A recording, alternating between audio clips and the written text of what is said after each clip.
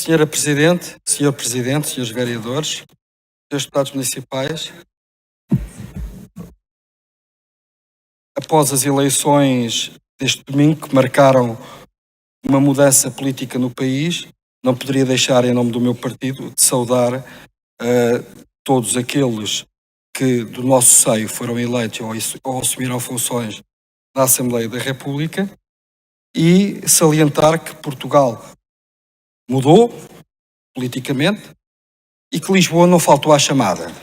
Os resultados eleitorais foram inequívocos no país, mas foram sobretudo inequívocos na cidade de Lisboa. E naturalmente fazemos uma interpretação política, que não extravasaremos para outros atos eleitorais, mas fazemos uma interpretação política que é legítima da nossa parte, e a interpretação política é que o caminho de moderação, de responsabilidade e de resolução dos problemas das pessoas e de proximidade real e concreta às pessoas concretas está a fazer fruto, dá fruto na maioria das freguesias do Conselho, no Conselho de Lisboa, e estamos muito satisfeitos com os resultados eleitorais obtidos em nome do PSD. Este também é um novo momento, em que nós acreditamos, sinceramente, que vai ser possível desbloquear alguns dos dossiês pendentes que Lisboa tem com o Governo da República. Dossiês que se arrastaram demasiado tempo e que interessam à cidade de Lisboa. É importante dizer que, independentemente dos discursos justos sobre descentralização territorial e coesão territorial, Lisboa paga também um preço pela sua capitalidade. E esse preço da sua capitalidade tem que começar a ser incorporado na previsão das políticas públicas do país. Lisboa presta um serviço inegável ao país e a Portugal, por sermos a capital do país. Mas esse preço, esse serviço, também tem de ser compensado, naturalmente, em matérias e em dossiês que são importantes para estas pessoas que aqui vivem e, sobretudo, para as pessoas que nos visitam e, sobretudo, para as pessoas que aqui trabalham. Muitas delas não residentes em Lisboa. Sobre a informação escrita que o Sr. Presidente de Câmara aqui trouxe, e desde já salientar o bom trabalho desenvolvido e saudar o Sr. Presidente de Câmara por este trabalho e pelo trabalho da sua equipa, gostaria de salientar que, aliás, a respeito de uma campanha recente que a Organização Política de Juventude do Partido Socialista fez na cidade de Lisboa, até com os cartazes com a cara do Sr. Presidente, sobre o problema das toxicodependências, o protocolo assinado com o Instituto para os Comportamentos Aditivos e Dependências.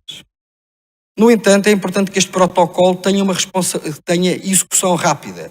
E por isso mesmo eu gostaria de colocar a questão ao Sr. Presidente da Câmara, como é que este protocolo vai ser executado e em que medida é que vai ser executado, porque, de facto, nós precisamos de fazer a duplicação da capacidade da sala da Quinta do Loureiro, precisamos de adquirir uma terceira unidade móvel e precisamos de financiamento para a segunda sala de consumo na zona oriental de Lisboa. E, portanto, neste sentido, perguntar ao Sr. Presidente se, de facto, detectou, independentemente das qualidades humanas, técnicas e políticas enquanto serviço da polis do Dr. João Golão, se, de facto, a sua máquina administrativa e se, de facto, a máquina administrativa do Governo que o suporta e, sobretudo, a máquina financeira, corresponde à rapidez e à urgência que nós sentimos nesta matéria. E isto é uma questão importante e é uma questão que, sinceramente, isto é um reparo que eu faço à oposição de Lisboa, não se pode compadecer com falácias políticas nem com aproveitamentos políticos. O problema da adição em Lisboa e o problema das toxicodependências é um problema demasiado sério para podermos fazer política partidária com ele. Ainda sobre a sua informação escrita. Eu penso que aquilo que denota, para além da capacidade de execução, é uma capacidade de equilíbrio importante. Governar uma cidade como Lisboa implica equilíbrio entre os interesses em presença. E em nada, e em situação nenhuma, se encontra tanto essa necessidade de equilíbrio como na questão do equilíbrio entre o direito ao descanso e o direito ao sossego e à tranquilidade pública e o direito às atividades económicas e à promoção da vida recreativa em Lisboa. Por isso mesmo o regulamento dos horários está agora em consulta pública até abril, sobre as lojas de conveniência, os estabelecimentos com 100 metros quadrados, as planadas e as propostas complementares, eles associadas, é importante e é um passo importante. Mas não podemos ficar por aqui e nós não podemos pensar que resolvemos este problema apenas com a questão do regulamento ou apenas com o maior enforcement da Polícia Municipal. Nós temos de rever, e o próximo governo vai ter de rever isto, a questão do licenciamento zero. E o licenciamento zero é fundamental. Nós compreendemos a lógica que levou e que presidiu à instituição do licenciamento zero na altura em que o foi. E não vamos apontar dedos àquilo que governos anteriores tentaram fazer pelo melhor pela sua economia, pela economia do país, nomeadamente a simplificação dos negócios, nomeadamente puxar para a atividade económica. Mas o problema é que isto trouxe um problema porque retira às autarquias o poder de regular os vários interesses em presença, sobretudo em zonas de maior carga. E, portanto, Sr. Presidente, este é também o nosso apelo, é para que naturalmente seja bastante interventivo junto do próximo governo e das maiorias parlamentares que se forem gerando, nomeadamente de rever a questão do regime do licenciamento zero, especialmente, e não direi genericamente, mas especialmente para as zonas que forem definidas como zonas de maior carga. Ainda também nesta gestão de equilíbrio sobre questões importantes. O Martim Moniz e Lisboa sem fios. São dois assuntos urbanísticos da maior importância. Primeiro, porque todos temos uma opinião sobre a Praça Martim Moniz. E todos sabemos que isto é um impacto urbanístico que dura, um impasse urbanístico que dura há décadas. Há décadas, vários regimes, várias variações, várias presidências de Câmara tentam resolver o impasse urbanístico da Praça de Martim Moniz. Todos sentimos que é um espaço central da cidade, de certa maneira incompleto e insuficiente. Insatisfatório para todos nós. E por isso eu queria saudar a abertura do concurso e a disponibilidade que o Sr. Presidente de Câmara tem, ao arrepio de muitos outros Presidentes de Câmara que estavam tentados a fazer obras do regime, mas que o Sr. Presidente abdica disso para fazer um consenso e apelar à participação pública. Isto sim é democracia moderna a funcionar. É uma visão menos autocrática, menos majestática do poder político e mais participada e mais próxima das pessoas. Por isso mesmo queria saudar o Sr. Presidente de Câmara. O Sr. Presidente de Câmara podia perfeitamente chegar e fazer ter uma visão iluminada ou iluminista sobre uma postura de uma nova Praça do Martim Moniz e deixar assim a sua marca para a história. Mas acontece que o seu percurso, a sua ideia, a sua forma de governação foi uma forma de equilíbrio dos interesses em presença e de ouvir as pessoas e de fazer as pessoas participar. Por isso mesmo, em nome do PSD e em nome da força maioritária dos novos tempos, saudar esta abertura para que os cidadãos se possam pronunciar e os técnicos, os pares, os especialistas se possam pronunciar para a resolução de um problema que tem décadas e décadas e décadas, que é o problema do Martim Moniz. E já agora deixar a política partidária também às portas do Martim Moniz.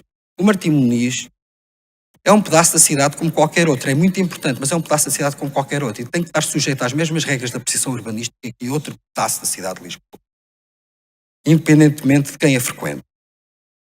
Quanto à Lisboa sem fios, este é um sonho que nos une a todos. E aqui também não há diferenças partidárias. Todos queremos avançar para essa fase. Por isso mesmo saudar o trabalho da Sra. Vereadora Joana Almeida e, naturalmente, incentivar também os técnicos, a direção municipal, da Unidade de Coordenação Territorial para este importante trabalho. E fazer um apelo ao Sr. Presidente de Câmara para que nas obras de proximidade, naturalmente, esta preocupação das pequenas obras de reparações, isso que se pudermos conciliar as pequenas intervenções de proximidade que fazermos para associar isto a Lisboa sem fios, era fundamental.